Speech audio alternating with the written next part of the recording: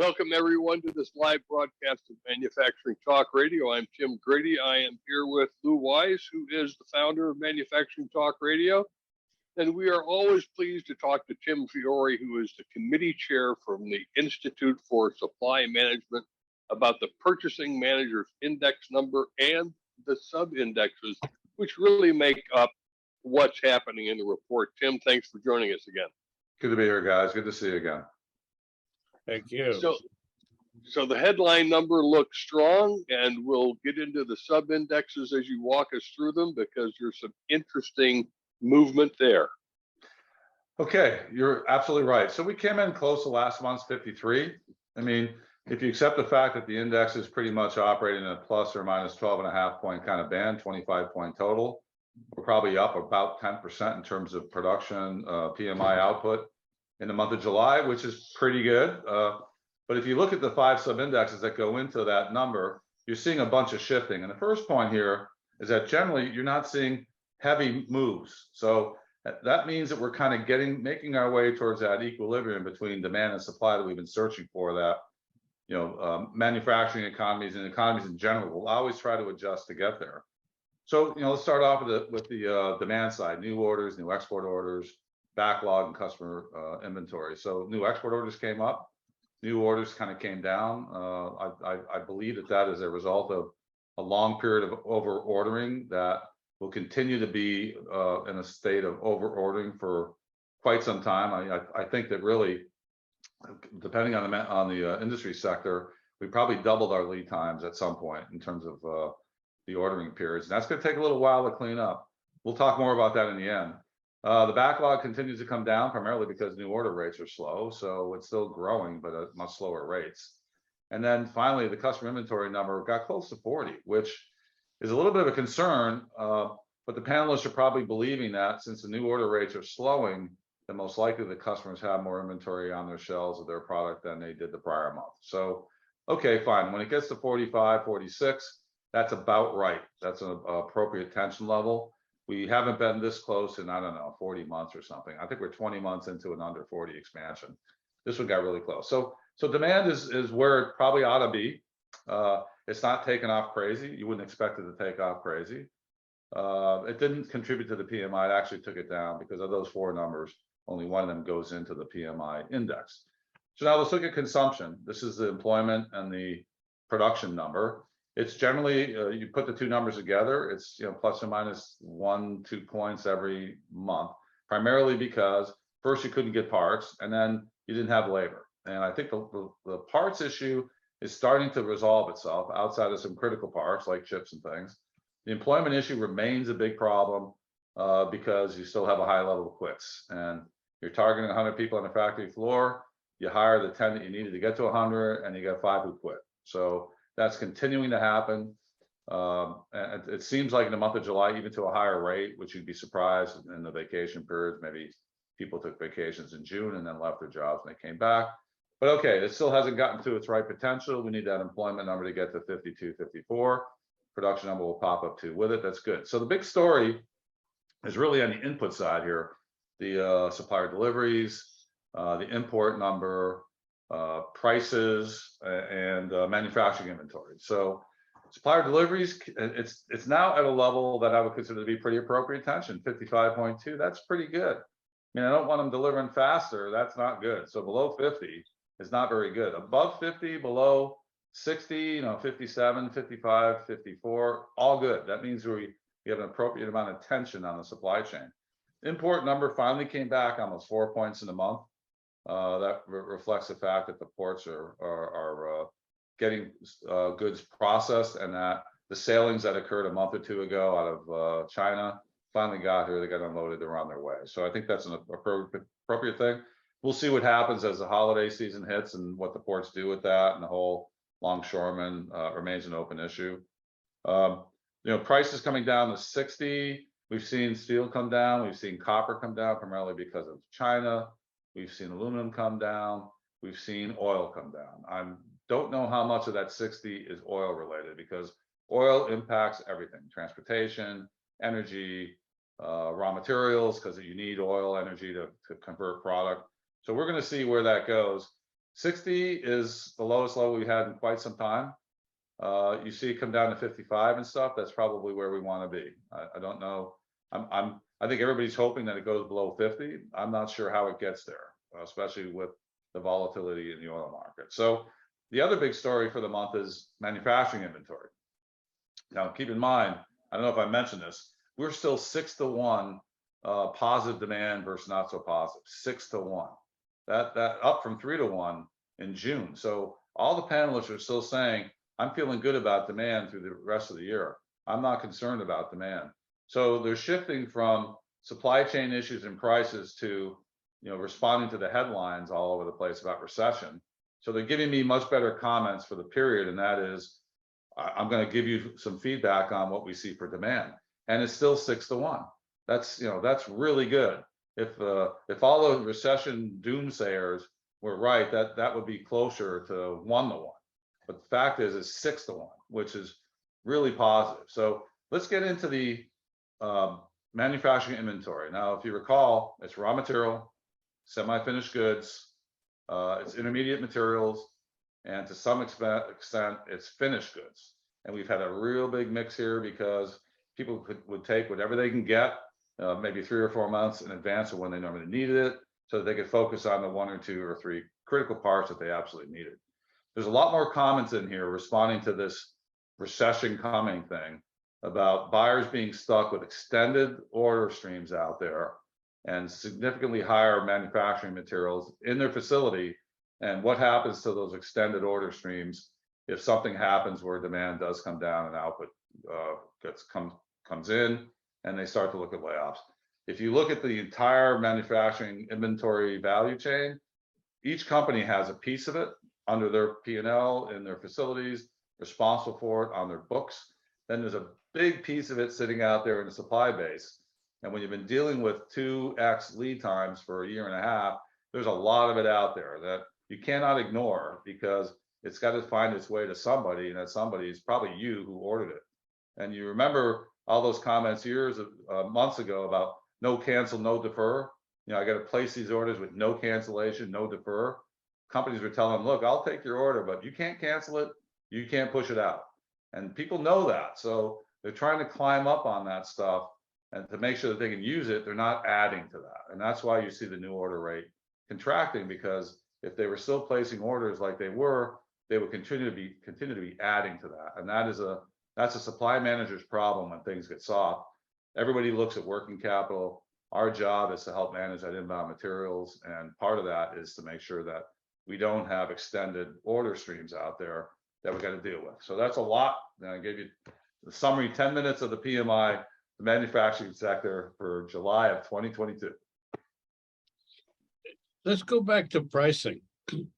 That is 78 to 60. That's quite a drop. Wouldn't that have some major effect inflation-wise, which would then have an effect on the doomsdayers who talk about recession? Well, okay, so it's the 4th largest drop since 1948.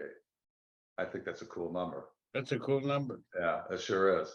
You dig into it, and steel's been coming down, aluminum, copper, fuel came down, crude oil came down in the month of July. Do you want to make a bet that it stays down?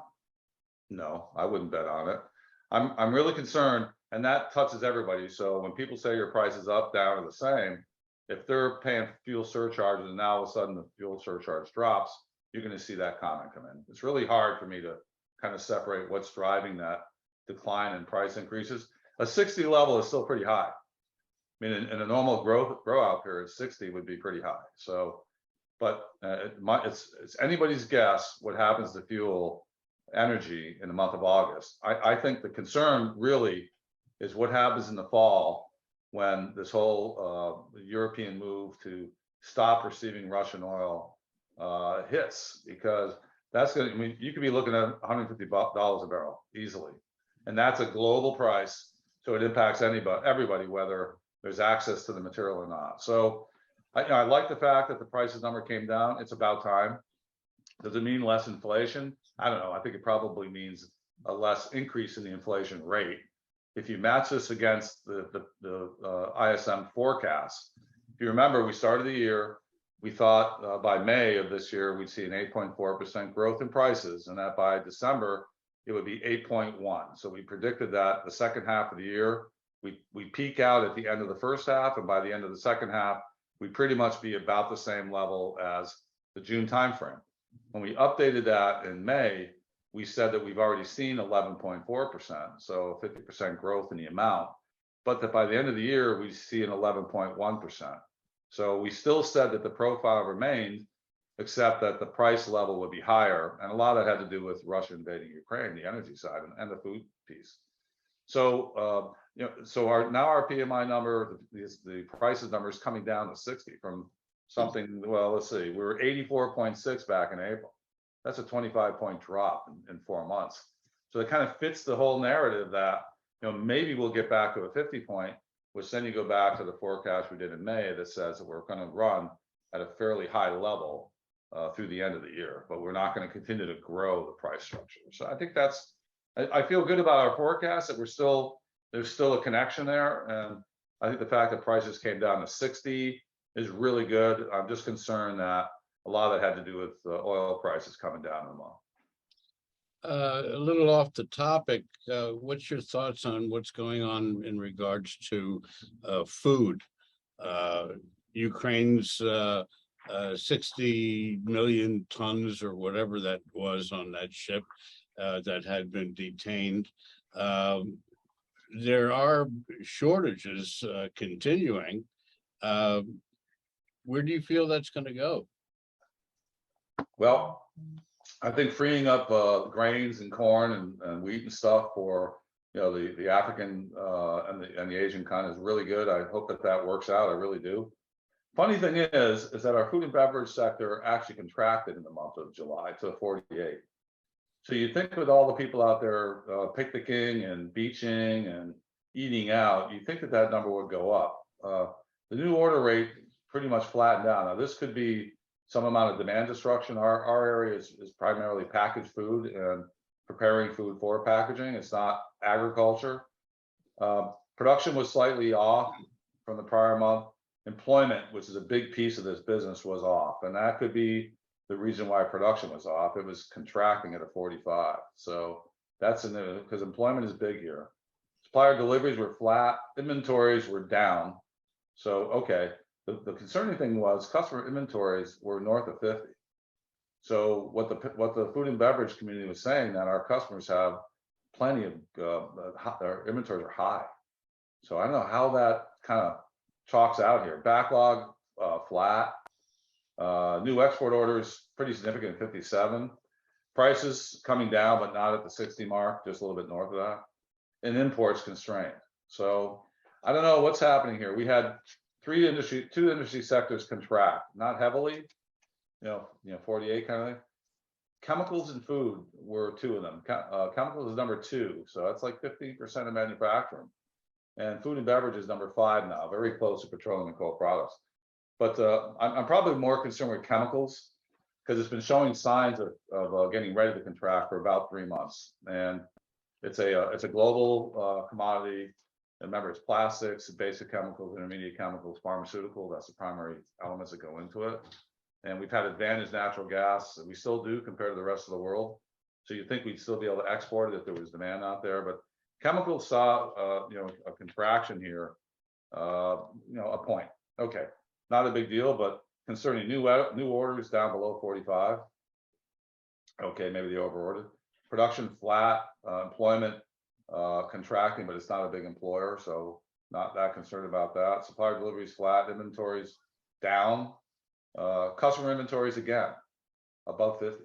So you put those two together, and that's the reason most likely why you see the customer inventory number getting close to 40. So between the two of these, food and beverage and chemical products, it's about 26% of manufacturing. So two of them expanding or too high inventory levels is going to move that number up. So we'll see. I mean, a lot of your chemical stuff it's like a tier 5 category. It's almost like energy. You need lots of energy to make chemicals. You need lots of feedstock, raw materials, but it goes into everything. Building products goes into any kind of fabrications. It's everywhere. So when you see that thing contract, it's a sign. And it's also an aggregator because it's so far down in the bill of material across so many different industry sectors that it tends to get it all. So if you think that you have, over ordering and you have order streams that are kind of coming down now, and I'm hoping in the month of August we'll see the lead times come down a little bit, you probably would see it first in chemicals because it's seeing all of it. Jim, I have taken a look at previous recessions, and employment was always thought of as a lagging indicator. But if you actually look at employment changes and when a recession was declared, you find out it's actually a leading indicator. Manufacturers begin to trim their workforce because they're looking out 6-9 months and when they're not going to need employees. But it may be disguised because in previous recessions, we didn't have 11 million job openings. So I'm not sure manufacturers need to trim their workforce at all. What are your respondents saying in terms of, if they're still positive, are they looking for any workforce trims, or are they just going to hold steady and we're really not in anything more than a technical recession? Right. Well, I would support that latter because I'm watching through the comments now, not the numbers, the comments about people putting hiring freezes in and trading out and laying off. And like I said, 8 companies reporting, only one of them is doing that. In the prior month, 10 companies reporting, only one of them was doing that. So the ratios still very much support hiring. And until I see more hiring freezes and a trading out, I think we're still in a positive demand environment here for manufacturing. Positive meaning for at least the next 6 months, because you would not be hiring today if you thought 6 months out, 6 months in, you'd be laying off. You just wouldn't do it. So we could even argue about 9 months, that people outside of 9 months wouldn't be hiring people 9 months out if they saw demand going away. So and like I said, even the big companies reporting earnings, they're putting a line in there that says, yeah, we're thinking of trimming 10,000. Well, that's really just to play the narrative so that they don't sound like they're not in tune with what the narrative is, which is a slowdown. So because I think I mentioned this earlier, they're not saying that, on August 1st, we're laying 10,000 people off, unless they're kind of injured companies that should have been doing it anyway. Most of them are saying that, well, we're probably going to cut the headcount by 10,000. They don't give you a date.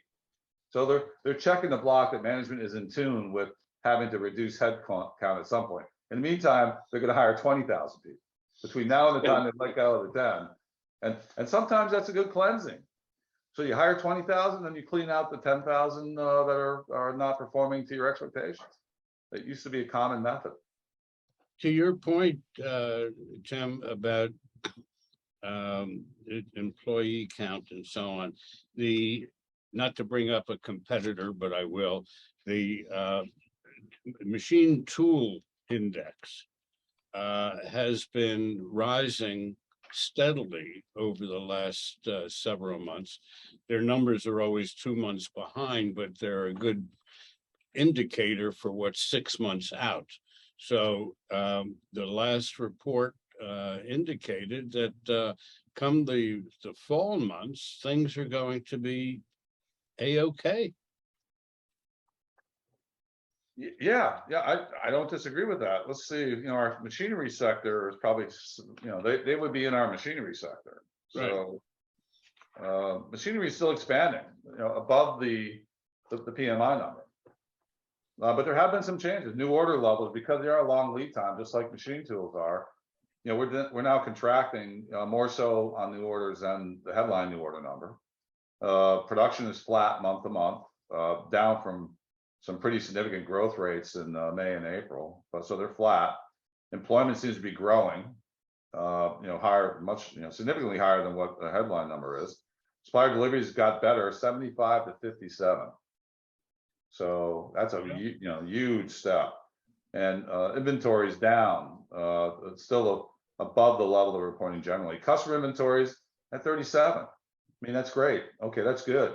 So they don't think the customers have enough. And at long lead times. But it was 27 the prior month. So it's moving in a backlog off just slightly better than our headline number. New export orders flat, prices down 15 points. Yeah, so we kind of fit with that too. I mean, the machine, yeah, but it's, it's generally it's a long lead category. Absolutely. Yeah, Absolutely. 12 months, 24 months. Yep.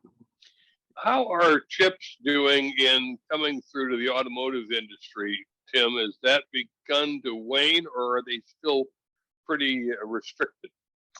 Still pretty restricted, slightly worse. Headline comments, 9% month of June 6th. So kind of a little bit worse. Supply delivery comments, 5% in June, now 8. I think we're all of the mind that this probably isn't going to get fixed inside of the first half of next year. We got another year of this. We're all kind of resigned to that. Yeah. Well, they're now talking about building 2 chip plants here in the United States. Is that premature or is that too late? That's a 3-year activity to put those things in. So I mean, just the foundation alone. I was involved in a company that once was going to build chips way back when. The foundation alone, I think, was like 6 feet or 7 feet. So just to cure that concrete is probably a 2-month effort. Right. So I think it's all good. That whole CHIPS Act that got passed, the mess that came along with it was kind of astounding. But the manufacturing community is big supporters of that. We need to have a manufacturing capability again, and it's not just the 2 or 3 nanometer, the transistor gaps, the latest chips. It's also, as the White House Task Force on Manufacturing Excellence has reported, that there's a bunch of stuff in there to help the legacy chips that most of your stuff that we make, we rely on. This the microcontrollers that we've had such a serious shortage of. So there's provisions in there to help that too. So now it's really going to be okay. Get the money going, get the equipment on order, because that equipment's, like I said, long lead time, couple of years, let alone curing concrete. So Tim, what does the GDP look like based on the ISM numbers? It sounds like it's still fairly strong, 2.2 range. I don't know. I haven't been looking at it. I'm trying to stay focused month to month. Yeah, I think this whole argument about are we technically in a recession or not is just a waste of time. Personally, like I said the last time, okay, we had 2 successive quarters of contraction. Yeah, all right, but factor inventory in there and imports. And if you take the both of them out, then it becomes kind of more interesting. In the meantime, nobody's laying off, nobody of any significance. And that to me, and you'll see on Friday, probably there's going to be a 2-to-1 gap here between available people and what people still need. Okay, so recession is when you run out of money and you run out of a job, and that's not widespread. I mean, when you see the IJC go up, that will be a big indicator of continuing claims. I'm watching continuing claims now, not so much the initial jobless claim number every Thursday. It's how many people are still on unemployment. I think that'll be the interesting number to watch week to week. Although it lags a week or something, if that number starts to climb north of 3, then we're probably, right now it's at 1.3 million. If it gets north of 3, then okay, there's something definitely going on. Right now we're not there. Yeah, you had also mentioned quits, and quits is still pretty active, and that's not something the everyday guy or gal does, just quit their job when things aren't looking good. Yeah, no, you don't. You wait for some step to be taken. There was some number that came out last week about the quits rate. It was a huge number. Like 3 or 4 million people changed their job in the last quarter or something. It was a huge number. So that's a federal government number. They're usually late, but they're pretty accurate. So it's a huge amount of people still quitting jobs for wages, and we'll see what happens. I think it's a good month for manufacturing in July. I agree with Lou. It's an unusual month in July because a lot of vacations and stuff, and I did notice in my industry there were companies who were taking essentially shutdowns to try to eliminate that confusion factor of fewer people on the factory floor. But it'll be, hey, we're watching now for September, I think, Lou, right? Isn't that a big manufacturing month? Yeah. Yes, September. it is. Yeah. Yes, it is. September will be the bellwether. It's September 15th on. You can almost do a whole month in 2 weeks. Well, Tim, thanks again for joining us and sharing what the Institute for Supply Management pulls together from its respondents We always appreciate your insight, and the detail in the sub end is really critical. Thank you again. Yeah, you bet. Great to be here, guys. See you in September. See you in September. They ought to do a song about that, you know? Yeah. Thanks, guys. See you. Thank you. That is really encouraging information. We encourage everyone to go to ismworld.org if they want to actually see the report, and they've got a very graphic based report that's interesting, as well as go to jacketmediaco.com, where you can find all of our podcasts, including Manufacturing Talk Radio. And thanks again for listening to this live broadcast here from Jacket Media Co. Take care, Tim. As always, it's great to see you. Hey.